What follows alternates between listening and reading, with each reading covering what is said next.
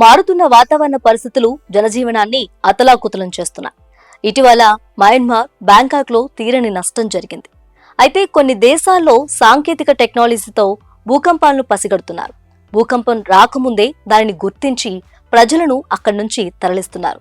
దీంతో ప్రాణ నష్టం జరగకుండా ఆస్తి నష్టాన్ని కొంతమేరకు తగ్గించే ప్రయత్నాలు చేస్తున్నాయి.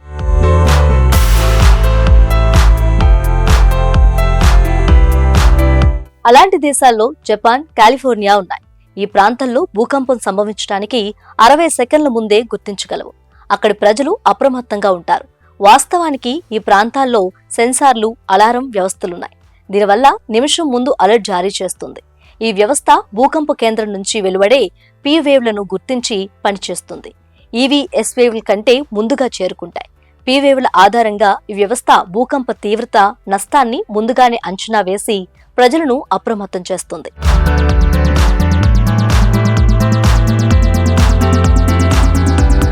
జపాన్, కాలిఫోర్నియా రెండూ భూకంపం అధికంగా సంభవించే ప్రాంతాల్లో ఉన్నాయి. ఇక్కడ తరచూ బలమైన భూకంపాలు వస్తుంటాయి. అందుకే ప్రజలను హెచ్చరించడానికి ఇలాంటి వ్యవస్థను ఏర్పాటు చేశారు.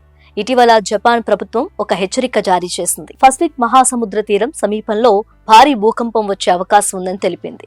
ఇది సునామీకి కూడా దారితీయవచ్చని హెచ్చరించింది. ఈ విపత్తులో దాదాపు 3 లక్షల మంది ప్రాణాలు కోల్పోయే ప్రమాదం ఉందని పేర్కొంది. ఇలాంటి పరిస్థితుల్లో ఈ అలారం ప్రజలను కొంతవరకు సురక్షితంగా ఉంచడానికి సహాయపడుతుంది.